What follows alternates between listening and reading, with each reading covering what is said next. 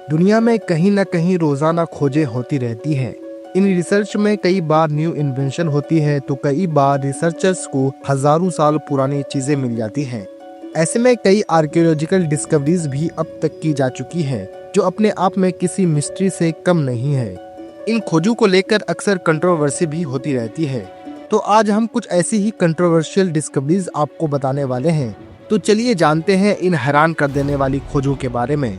लेकिन इससे पहले आपसे एक रिक्वेस्ट है कि चैनल पर नए हैं तो प्लीज चैनल को सब्सक्राइब जरूर करें ताकि ऐसी ही इंटरेस्टिंग फैक्ट्स आपको जानने के लिए मिलती रहे। Number 1, pharaoh medallion. इजिप्ट के इतिहास में राजाओं को फराओ कहा जाता था, जबकि उर्दू और अरबी में इन्हें फिरौन कहा जाता है। और अखानातन को इजिप्ट की हिस्ट्री का सबसे रहस्यमयी फराओ माना जाता है। कुछ साल पहले इसी फराओ का एक मेडलिन यानी कि गले में पहनने वाला लॉकेट मिला, जिसने हिस्ट्री एक्सपर्ट्स के सामने कई सवाल पैदा कर दिए। बता दें, अखानातन की तारीख काफी कंट्रोवर्शियल मानी जाती है, जो तूतनखामेन का फादर और नेफरतीती का शौहर था। ये इजिप्ट का वही बदनाम रूलर है जिसने अपनी 3 बेटियों मेरी तातेन, मेकी तातेन और अनक मेनासून से शादी की और उनसे बच्चे भी हुए थे। और इसकी सबसे छोटी बेटी मेकी तातेन की मौत अखानातन के बच्चे को जन्म देते वक्त ही हो गई थी। अखानातन की बॉडी स्ट्रक्चर औरतों के जैसा माना जाता है और जो मेडलिन उसकी बॉडी से हासिल हुआ है उसके ऊपर फ्लाइंग सॉकर और यूएफओ जैसे कुछ शेप्स बनी हुई है, जिस वजह से एक्सपर्ट्स उसे एलियन से जोड़कर देख रहे हैं। और उनका कहना है कि इजिप्शियंस का एलियन से डायरेक्ट लिंक हुआ करता था। Number 2, the sword of Gaussian. Sword of Gaussian खोजा गया अब तक का सबसे लेजेंडरी वेपन है, जिसे साल 1965 में एक आर्कियोलॉजी सर्वे टीम के जरिए खोजा गया था।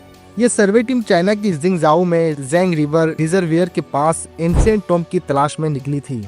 वैसे तो खोजकर्ताओं को यहाँ करीब 2000 आर्टिफैक्ट्स मिले थे, लेकिन उनमें से कोई इतना खास नहीं था जितना कि ये स्वॉर्ड। शॉकिंग बात यह थी कि ये एक कब्र में ह्यूमन बॉडी के साथ मिली थी, लेकिन जमीन के अंदर रहने के बाद भी इसकी चमक और धार अभी भी बरकरार थी, और ऐसा शायद इसकी मयान की वजह से था। ये स्वॉर्ड चीन के स्प्रिंग एंड ऑटोमन पीरियड की थी और खोजकर्ताओं का कहना है कि ये किसी बादशाह की तलवार रही होगी जो अपने आप में कोई बड़ा योद्धा रहा होगा। Number 3, infant Buddha.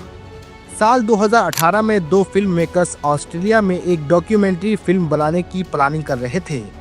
इसी बीच उन्हें ऑस्ट्रेलिया में मौजूद एक वर्ल्ड हेरिटेज साइट शायर ऑफ शार्क बे पर मेटल डिटेक्टर की मदद से एक खोज की। इस दौरान उन फिल्म मेकर्स को चीन के माइक डायनेस्टी की बुद्धा का स्टेच्यू मिला, जिसने कई सवाल पैदा कर दिए। पहले ऐसा माना गया कि शायद कंफ्यूज करने के मकसद से ये स्टेच्यू ऑस्ट्रेलिया लाया गया होगा। बता दें, वो कोई बुद्धा का सिंपल स्टेच्यू नहीं था, बल्कि एक बेबी बुद्धा का स्टेच्यू था।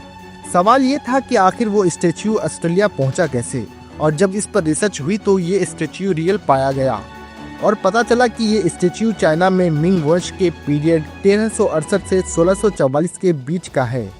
इस स्टेच्यू का वजन 1 किलो और लंबाई करीब 15 सेंटीमीटर थी, जो ब्रोंज का बना हुआ था।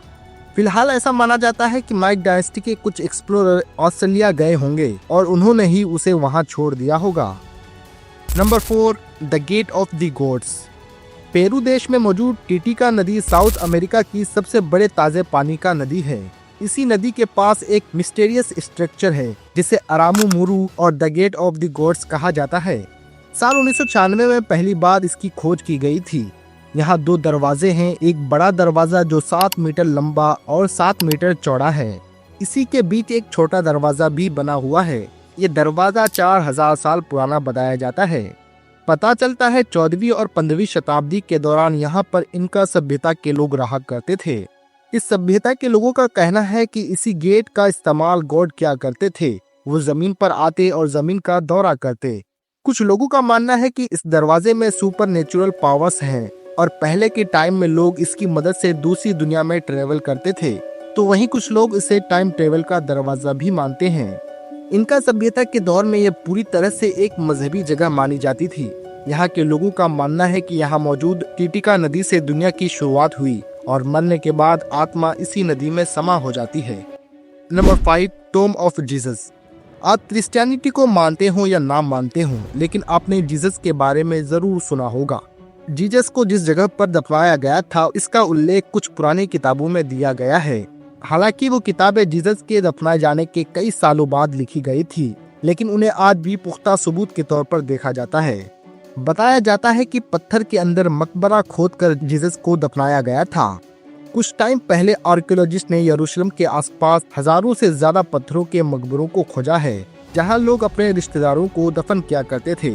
यरूशलेम में द होली स्पल्चर चर्च बना हुआ है, जहां पर जीसस के टॉम होने की बात कही जाती है। कहा जाता है ये चर्च जीसस के मकबरे के ऊपर बनाया गया है, जिससे कि टॉम को कोई नुकसान न पहुंच सके। हिस्टोरियन के मुताबिक ये जगह पहले यरूशलेम के बाहर हुआ करती थी, लेकिन वक्त के साथ साथ इसे शहर में शामिल कर लिया गया। Number 6, Antikythera mechanism. साल 1900 में कुछ ग्रीक गोताखोर मेडिटेरियन सी के पास समंदर में नेचुरल स्पंज की खोज कर रहे थे। तभी अचानक से एक तेज तूफान वहां आ गया। उस दौरान उन लोगों ने ग्रीस के पास मौजूद एंटिकेथोरा आइलैंड में पनाह ली। इसी आइलैंड के पास उन्हें एक खजाना मिला, जिसमें उन्हें एक मशीन मिली जो काफी पुरानी थी, लेकिन वो मॉडर्न लग रही थी। असल में वो गैजेट से चलने वाला एक डिवाइस था। पहले ऐसा माना गया कि शायद वो किसी जहाज का पार्ट होगा जो डूब गया होगा, लेकिन जब इस पर रिसर्च की गई तो लोग हैरान हो गए, क्योंकि वो टुकड़ा इतना पुराना था कि जब गैजेट वाली टेक्नोलॉजी का इन्वेंशन भी नहीं हुआ था। ये डिवाइस हिस्टोरियंस के लिए आज भी एक पहेली बनी हुई है। नंबर 7, माया कैलेंडर। ये एक बहुत ही एंशिएंट कैलेंडर है। इसका इस्तेमाल मेसो अमेरिकन सभ्यताओं के लोग करते थे। साल 1940 में रिसर्चर्स को एक 819 दिन का ये माया कैलेंडर मिला था, जिसने एक्सपर्ट्स के सामने कई सवाल खड़े कर दिए थे। इसको लेकर लोगों ने अलग अलग तरह की थ्योरी दी। आखिरकार ऐसा कहा गया कि ये कैलेंडर प्लेनेटरी मूवमेंट से ताल्लुक रखता है। असल में ये माया कैलेंडर 40 से 45 सालों की रिसर्च के बाद बनाया गया था। और बता दें कि इस कैलेंडर में अलग अलग प्लेनेट के लोकेशन और मूवमेंट के बारे में भी जानकारी दी गई है, जिसे अभी तक पूरी तरह से समझा नहीं जा सका है। यहाँ पर सबसे दिलचस्प सवाल ये है कि पुराने जमाने में बिना आधुनिक टेलीस्कोप के लोगों ने प्लेनेट मूवमेंट के बारे में कैसे ट्रेस किया होगा। ये बात अपने आप में ही एक बड़ी मिस्ट्री बनी हुई है। Number 8, horse and human. इंसानों ने घोड़ों को पालना और उनका इस्तेमाल करना कब सीखा? इस बारे में साल 2009 में एक रिपोर्ट पब्लिश की गई। रिसर्चर्स और साइंटिस्ट ने साल 1994 से 2002 तक कजाकिस्तान के कई जगहों पर शोध किया, जहां उन्हें घोड़ों के पुराने जीवाश्म मिले। ऐसा माना गया कि कजाकिस्तान में आज से 5500 साल पहले लोगों ने घोड़ों का डोमेस्टिकेशन करना शुरू किया, यानी कि उन्हें पालतू बनाना शुरू कर दिया था। घरेलू घोड़ों को फूड और दूध के लिए पाला जाता था और जंगली घोड़ों को सवारी के लिए इस्तेमाल करते थे। कैरोलिथिक पीरियड, जिसे कॉपर एज कहा जाता है, यानी कि 5500 साल पहले इंसान घोड़ी के दूध का इस्तेमाल किया करते थे, लेकिन यूरोप में इसके करीब 2000 साल बाद लोगों ने घोड़ों को पर्सनल यूज के लिए पालना शुरू किया था। Number 9, Decalogue stone. ये एक बड़ा पत्थर है जिसका पूरा नाम लॉस लीनस डेक्लोग स्टोन है। ये न्यू मैक्सिको के साउथ वेस्ट में पाया गया था। इसकी खोज साल 1880 में आर्कियोलॉजिस्ट फ्रैंक सी हिबन ने की थी। करीब 100 सालों तक इस पर किसी ने भी ध्यान नहीं दिया, पर साल 1985 में आर्कियोलॉजिस्ट ने इसमें दिलचस्पी दिखाई। असल में इस पत्थर के ऊपर कुछ इंस्क्रिप्शन लिखे हुए हैं, जो कि इस पत्थर को अपने आप में खास बनाता है। हालांकि इस पर क्या लिखा गया है इसका पता अब तक नहीं लगाया जा सका है। कई लोग बाइबल से रिलेटेड होकर भी इसे देखते हैं। पिछले कई सालों से कई रिलीजियस लोग और लैंग्वेज एक्सपर्ट्स इस पत्थर को पढ़ने की कोशिश कर रहे हैं, लेकिन कोई भी इसे पढ़ने में सक्सेस नहीं हो पाया है। Number 10, skull 6। दुनिया भर में साइंटिस्ट को अब तक इंसानों के कई कंकाल और अवशेष मिल चुके हैं। सबसे पुराने 6 स्कल्स में से जो 6ठे नंबर पर है, उसे स्कल 6 का नाम दिया गया है। इसकी खोज साल 2000 में की गई थी। ये पहली खोपड़ी है जो साइंटिस्टों को जबड़े के साथ मिली थी। पहली बार किसी स्कल में अपर जो के साथ साथ लोअर जो भी मौजूद था। इसकी खोज जॉर्जिया की राजधानी तिब्लिसी से कुछ ही दूर पर की गई थी। ऐसे में सवाल आता है कि क्या जॉर्जिया में हजारों साल पहले जिंदगी हुआ करती थी? स्कल 6 खोपड़ी को ध्यान से देखा जाए तो ये काफी हद तक होमो इरेक्टस जैसी लगती है, जो लाखों साल पहले रहे इंसानों की ही एक प्रजाति थी। इस स्कल का ब्रेन काफी छोटा और दांत बड़े बड़े हैं।